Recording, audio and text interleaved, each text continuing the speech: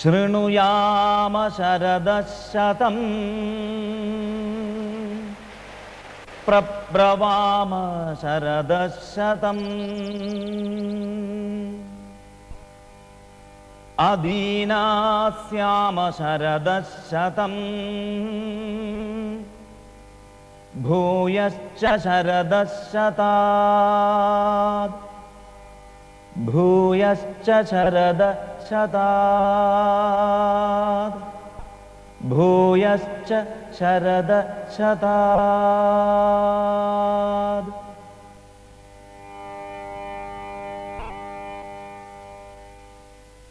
ആയുർവേദം എന്ന് പറയുന്നതിൻ്റെ നിർവചനം കുറെ കൂടി വിശദീകരിക്കാമോ? ഋഗ്വേദത്തിൻ്റെ തന്നെ ഉപവേദമാണല്ലോ ആയുർവേദം. ഋഗ്വേദത്തിൻ്റെ തന്നെ ഒരു ഭാഗമായാണ് അഥർവവേദത്തെ എണ്ണുന്നതെന്നുള്ളത് കൊണ്ട് പ്രാചീനർ വേദത്രയി എന്നേ പറയാറുള്ളൂ. 4 വേദങ്ങളെന്ന് പറയാറില്ല. 3 വേദങ്ങളെ മാത്രമേ അവർ പഠനത്തിലെടുത്തിട്ടുള്ളൂ. ഋഗ്വേദം, യജുർവേദം, സാമവേദം. അഥർവവേദം ഋഗ്വേദത്തിലെ ഇർക്കുകൾ കൊണ്ട് തന്നെ നിറഞ്ഞതായതുകൊണ്ട് അതിനെ വേറിട്ട് പറയാറില്ല. എന്നാൽ ആധുനികർ ചിലർ അത് ആഭിചാരവും മറ്റുമാണെന്ന് പറഞ്ഞാണ് അതിൽ ഉൾപ്പെടുത്താതിരിക്കുന്നതെന്ന് ഒരു ധാരണ തെറ്റിദ്ധരിച്ച് പരത്തിപ്പോരുന്നുണ്ട്. അങ്ങനെയല്ല. ഋഗ്വേദത്തിൽ ഉള്ളതായ ആയുർവേദ പഠനങ്ങളുടെ വളരെ നിഷ്ണാതങ്ങളായ പഠനങ്ങൾ അഥർവവേദത്തിൽ കാണാം. മാത്രവുമല്ല, അഥർവവേദത്തിൻ്റെ ഒരു ഉപവേദമായി എണ്ണിപ്പോരുന്ന സ്തപത്യവേദം നമ്മളുടെ വാസസ്ഥാനങ്ങളെ സംബന്ധിച്ചുള്ളതാണ്. വാസസ്ഥാനങ്ങൾ എന്ന് പറയുമ്പോൾ അവ ആണ് ആരോഗ്യത്തിന് ഏറ്റവും പ്രധാനപ്പെട്ടത്. എങ്ങനെയുള്ള ഗൃഹത്തിൽ താമസിച്ചാലാണ് രോഗങ്ങൾ ഉണ്ടാകാതിരിക്കുക, എങ്ങനെയാണ് അതിൻ്റെ വാതായനങ്ങൾ വേണ്ടത്, എങ്ങനെയാണ് അതിനുള്ള വാതിലുകൾ വേണ്ടത്, എങ്ങനെയാണ് അതിൻ്റെ മുറികൾ നിശ്ചയിക്കേണ്ടത്, ഇവയെക്കുറിച്ചുള്ള വ്യക്തമായ പഠനങ്ങൾ സ്തപത്യവേദത്തിൽ കാണാം. അപ്പോൾ സ്തപത്യവേദം, ആയുർവേദം എന്നൊക്കെ പറയുന്നത് ഒന്നിച്ചു പോകുന്ന ഉപവേദങ്ങളാണ്. മാത്രവുമല്ല, അഥർവവേദത്തിൽ വളരെ നിഷ്ണാതങ്ങളായ പഠനങ്ങൾ വേറെയുമുണ്ട്. അതുകൊണ്ടായിരിക്കാം കാളിദാസൻ രഘുവംശത്തിൽ ദിലീപൻ്റെ രോഗം വർണ്ണിക്കുമ്പോൾ, ദിലീപന് അനപത്യ ദോഷമുണ്ട്. അനപത്യം എന്ന് പറഞ്ഞാൽ കുട്ടികളില്ലാത്ത ദിലീപൻ, കുട്ടികളില്ലാത്തതിന് കാരണമായി കാളിദാസൻ ദിലീപനെ പറ്റി പഠിപ്പിക്കുമ്പോൾ പറയുന്നത് പ്രമേഹം ഉണ്ട് എന്നാണ്. പ്രമേഹം ഒരു സ്റ്റേജ് കഴിഞ്ഞാൽ കുട്ടികളുണ്ടാവില്ല. അപ്പോൾ ആ പ്രമേഹ നിദാനം, പ്രത്യേകിച്ചും വാഗ്ഭടൻ്റെ അഷ്ടാംഗ ഹൃദയത്തിലുള്ള ആ നിദാന പഠനം മുഴുവൻ തന്നെ കാളിദാസൻ അവിടെ രൂപപ്പെടുത്തിയിട്ടുണ്ടെന്ന് പറയാം. മാത്രവുമല്ല, കാളിദാസൻ അവിടെ അഥർവത്തെ പ്രത്യേകം സ്മരിക്കുന്നുണ്ട്, അഥർവ വേദത്തെ. കാരണം അഥർവത്തിലാണ് ഇതിനുള്ള മരുന്നുകളും നിർണായകമായി പറയുന്നത്. അപ്പോൾ അഥർവവും ഋഗ്വേദവും ആയുർവേദത്തോട് വളരെ ചേർന്ന് നിൽക്കുന്നതാണ്. ഇത് പറയുമ്പോൾ ഒരു കാര്യം പ്രത്യേകം ഓർമ്മിക്കാവുന്ന, ആയുർവേദത്തിൽ ഒരു ഭാഗം എത്തുമ്പോൾ കർക്കിടക രോഗം എന്നൊരു സംജ്ഞ തന്നെയുണ്ട്. അത് വായിച്ചിട്ടുള്ളത് കൊണ്ടാകാം മദ്രാസ് സർവകലാശാലയിലെ കൃഷ്ണമൂർത്തി, മദ്രാസ് മെഡിക്കൽ കോളേജിലെ പ്രസിദ്ധനായ ഓങ്കോളജിസ്റ്റ് കൃഷ്ണമൂർത്തി ഒരിക്കൽ സ്മരിക്കുകയുണ്ടായി. ക്യാൻസർ എന്ന രോഗം ഏതാണ്ട് ഗ്രീക്ക് സാഹിത്യത്തോടും ഋഗ്വേദത്തോടും ഒപ്പം പഴക്കമുള്ളതാണ്. ഋഗ്വേദത്തിലാണ് ക്യാൻസറിനെ കുറിച്ചുള്ള പഠനങ്ങൾ തന്നെ വളരെ നിർണായകമായി കാണുന്നത്. എന്ന് തന്നെയുമല്ല, ക്യാൻസർ എന്ന ഈ ശബ്ദം തന്നെ ഋഗ്വേദത്തിൽ കണ്ട് ഞാൻ അത്ഭുതപ്പെട്ടു. ഋഗ്വേദത്തിൽ കാണുന്ന ആ ശബ്ദം കർക്കിടക രോഗമെന്നാണ്. കർക്കിടകം എന്ന് പറഞ്ഞാൽ ഞണ്ട്, ക്യാൻസർ എന്ന് പറഞ്ഞാൽ ഞണ്ട്. അപ്പോൾ ഋഗ്വേദത്തിൽ നിന്നായിരിക്കാം ഈ ശബ്ദം പുനരാവിർഭവിച്ച് ഇങ്ങുവരെ എത്തിയതെന്ന് കൃഷ്ണമൂർത്തി സ്മരിക്കുന്നുണ്ട്. അതിനേക്കാൾ ഉപരി കൃഷ്ണമൂർത്തി മറ്റൊരു കാര്യം കൂടെ പറയുന്നുണ്ട്. ഋഗ്വേദത്തിൽ അന്ന് നിന്ന് നിലനിന്നിരുന്ന ഒരു ചികിത്സാ സമ്പ്രദായം തന്നെയാണ് ഇന്ന് നാം കീമോതെറാപ്പി എന്ന പേരിൽ ഉപയോഗിക്കുന്നത്. അപ്പം ഇത്രയും വിപുലമായ പഠനങ്ങൾ പ്രാചീനമായുണ്ട്. ആ പ്രാചീനമായ പഠനങ്ങൾ ആധുനിക മനുഷ്യന്, ഇടിയും മിന്നലും കണ്ട് ഭയന്ന ജനങ്ങൾ ആ ഇടിയെയും മിന്നലെയും കണ്ട് ഭയന്നപ്പോൾ കുറേ പ്രാർത്ഥനകൾ നടത്തിയെന്നും അതാണ് വേദമെന്നും പറഞ്ഞ് തെറ്റിദ്ധരിപ്പിച്ച് വെച്ചിരിക്കുമ്പോൾ അതിലെ പഠനങ്ങൾ എടുത്താൽ ഇന്ന് ആധുനികമായ പഠനങ്ങൾക്ക് അപ്പുറം നിൽക്കുന്ന പഠനങ്ങൾ ലഭിക്കുമെന്നും അത് കുറെ കൂടെ പ്രകൃതിയോട് ചേർന്നുള്ളതാണെന്നും അവയെ അടിസ്ഥാനപ്പെടുത്തി മുന്നേറിയാൽ മനുഷ്യൻ്റെ എല്ലാ രോഗങ്ങളും തന്നെ മാറുമെന്നും ഉള്ളൊരു പൂർണ്ണ വിശ്വാസത്തിലാണ് ഈ വഴിക്ക് തിരിയാമെന്ന്. അത്തരത്തിലാണ് ആത്മീയ അന്വേഷണത്തോടൊപ്പം ഈ ആയുർവേദ അന്വേഷണവും പഠനവും നടത്തുന്നതിന് തീരുമാനമെടുത്തതും അതിൽ മുന്നേറുവാൻ ഇടയായത്.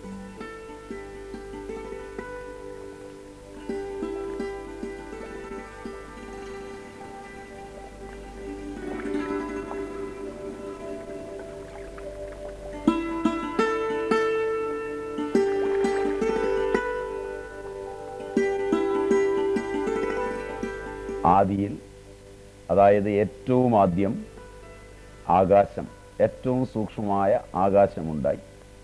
ആകാശത്തിൽ നിന്ന് വായു ഉണ്ടായി. ആ വായു വീണ്ടും പരിണമിച്ച് അഗ്നി ഉണ്ടായി. അഗ്നിയിൽ നിന്ന് ജലം ഉണ്ടായി. ആ ജലം പൃഥ്വിയായി പരിണമിച്ച് സ്ഥൂലമായ ഈ പൃഥ്വി ഉണ്ടായി. ആ പൃഥ്വിയിൽ നിന്ന്, പൃഥ്വിയുടെ സൂക്ഷ്മാംശത്തിൽ നിന്ന്, അതായത് പൃഥ്വി തത്വത്തിൽ നിന്ന് ജീവന്റെ തുടിപ്പുകൾ ഉണ്ടായി.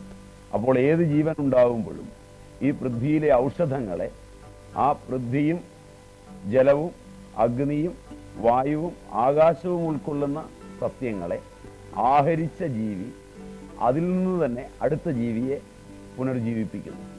ഇങ്ങനെ പുനർജീവനത്തിൻ്റെ ഒരു ശൃംഖല ഉണ്ടാകുമ്പോൾ ജീവൻ ഭൂമിയിൽ ഉണ്ടാകുന്നു.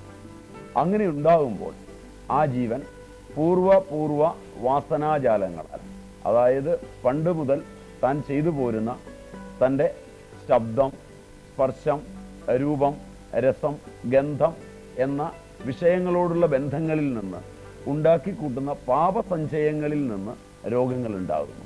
എല്ലാ രോഗങ്ങളും ഭൂമിയിൽ ഉണ്ടാകുന്നത് അവൻ്റെ പൂർവജന്മകൃതങ്ങളായിരിക്കുന്ന, അവൻ എപ്പോൾ രോഗം ആവിർഭവിക്കുന്നോ അതിന് തൊട്ടു മുമ്പ് വരെയുള്ള പാപങ്ങളിൽ നിന്നാണെന്നും അതുകൊണ്ട് പാപസഞ്ചയങ്ങൾ ഇല്ലാതായാൽ രോഗങ്ങൾ ഇല്ലാതാകുമെന്നും ആയുർവേദം പറയുന്നു.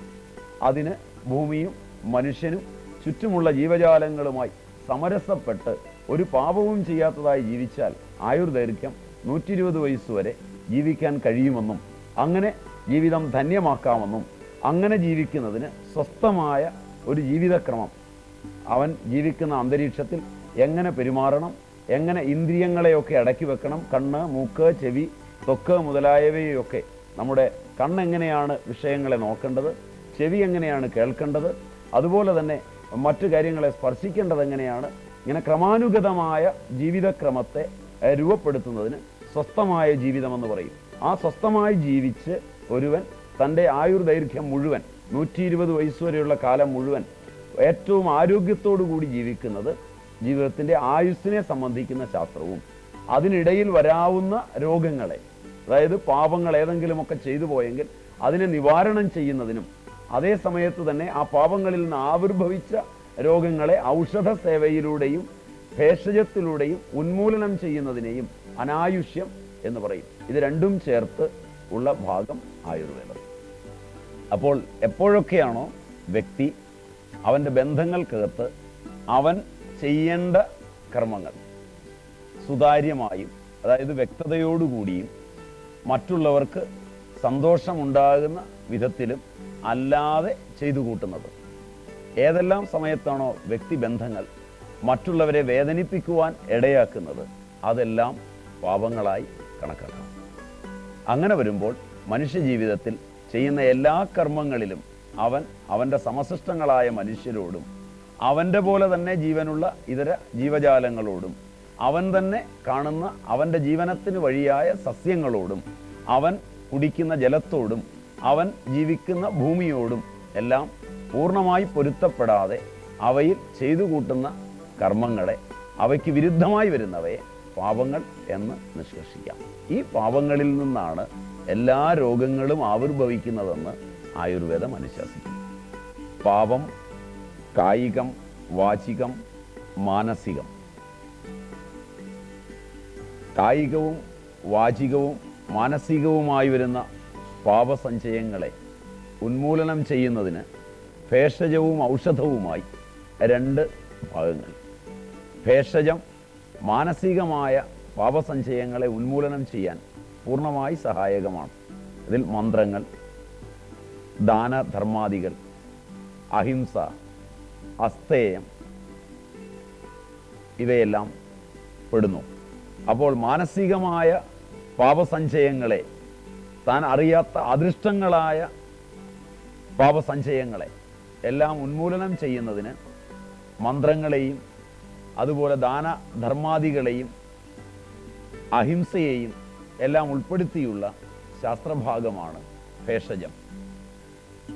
തച്ചക്ഷുർദേവഹിതം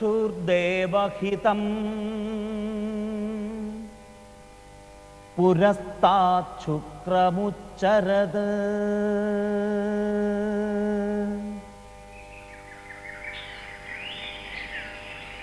തച്ചക്ഷുർദേവഹിതം